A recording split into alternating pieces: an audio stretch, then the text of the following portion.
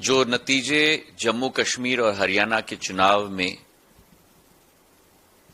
जनता ने तय किए, भारतीय जनता पार्टी के कार्यकर्ता होने के नाते मैं जम्मू कश्मीर और हरियाणा की जनता को नमन करता हूं और दिल के गहराइयों से धन्यवाद अर्पित करना चाहता हूं। जम्मू कश्मीर में जहां एक तरफ इतिहास में पिछले 75 वर्षों में पहली बार सबसे ज्यादा मतदान किसी भी विधानसभा चुनाव में इस बार हुआ है, जहां 64% मतदान जम्मू कश्मीर के विधानसभा चुनाव में संभव हो पाया है। 10 साल बाद एक प्रजातांत्रिक वातावरण में एक उत्सव प्रजातंत्र का मनाया गया है और यह तभी संभव हो पाया है जब अनुच्छेद 370 को रद्द करके जम्मू कश्मीर को भारत का अभिन्न भाग बनाकर आज ये चुनाव जम्मू कश्मीर में संपन्न हो पाया है। इस चुनाव में भारतीय जनता पार्टी ने कई नए कीर्तिमान स्थापित किए हैं, जहां एक तरफ सबसे ज्यादा सीट अपने इतिहास में हासिल कर पाई है भारतीय जनता पार्टी, 29 सीट, और सबसे ज्यादा वोट शेयर 26.5% वोट शेयर हासिल कर पाई है। वहीं कांग्रेस पार्टी आज केवल 6 सीट तक सिमट गई है जम्मू कश्मीर में। पिछले चुनाव में 12 सीट आए थे, इस बार केवल 6 सीट आए और यही वास्तविकता है जिसे कांग्रेस पार्टी को स्वीकार करना ही होगा। और जिस कांग्रेस पार्टी ने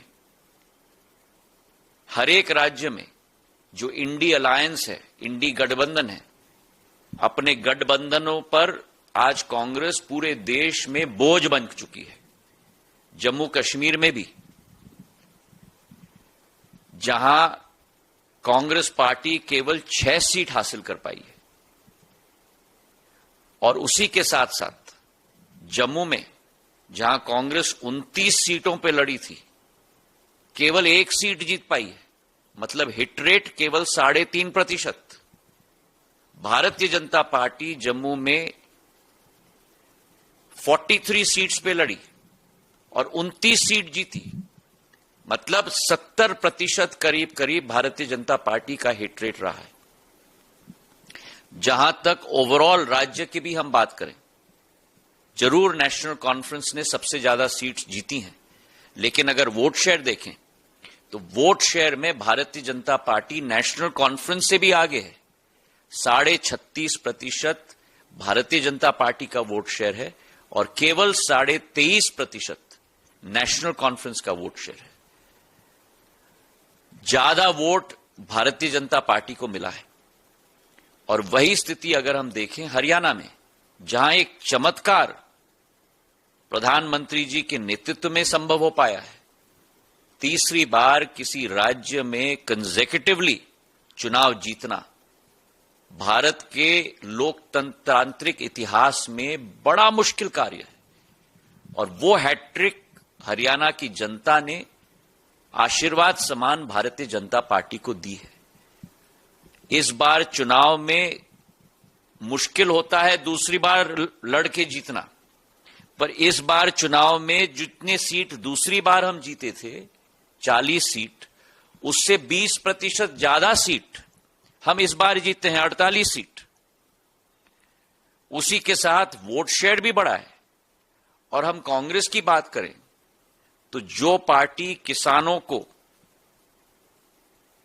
विकास के मार्ग से ले जाकर अनर्गल बातें करती थी, हमारे खिलाड़ियों के साथ खिलवाड़ किया, हमारे अग्निवीरों को गुमराह करने की कोशिश की, मैं धन्यवाद देना चाहता हूं हरियाणा के किसानों को, हरियाणा के नौजवानों को, हरियाणा के खिलाड़ियों को, हरियाणा के अग्निवीरों को कि उन्होंने कांग्रेस की बोलती बंद कर दी है।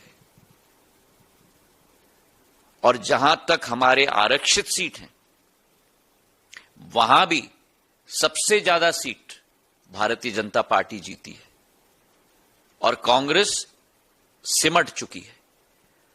जो कांग्रेस के नेता पूर्व राष्ट्रीय अध्यक्ष राहुल गांधी जी ने विदेशी माटी में जाके कहा था कि कांग्रेस की सरकार जब बनेगी तब आरक्षण समाप्त होगी, बाबा साहब अंबेडकर का सपना को नष्ट करेगी कांग्रेस पार्टी, वो संदेश आज हरियाणा के जन जन तक गया है। और मैं देश की जनता से निवेदन करूंगा, कांग्रेस और इंडी अलायंस से सतर्क रहें। जहां जहां इनकी सरकारें बनेंगी वहां वहां ये आरक्षण मेरे दलित समाज के भाइयों और बहनों का समाप्त करेंगे। ये वक्तव्य किसी और ने नहीं दिया, लेकिन कांग्रेस पार्टी के पूर्व राष्ट्रीय अध्यक्ष और वर्तमान विपक्ष के नेता पार्लियामेंट में राहुल गांधी जी ने दिया है। आरक्षण समाप्त करेगी कांग्रेस, ये संदेश जन जन तक हमें पहुंचाना होगा, उन्हें पूर्ण रूप से सचेत करना होगा। जो बाबा साहब अंबेडकर ने और देश के स्वतंत्र संग्रामियों ने हमारे संविधान में लिख के दिया था, वो कांग्रेस वर्तमान युग में समाप्त करेगी। आज हरियाणा की जनता और जम्मू कश्मीर की जनता ने प्रधानमंत्री नरेंद्र मोदी जी में अपना पूर्ण विश्वास व्यक्त किया है और प्रधानमंत्री जी के नेतृत्व में ही एक एक राज्य आत्मनिर्भर होगा, एक एक राज्य विकास के पथ पे चलेगा और भारत आने वाले दिनों में विश्व गुरु के रूप में विश्व पटल पर पूर्ण रूप से स्थापित होगा।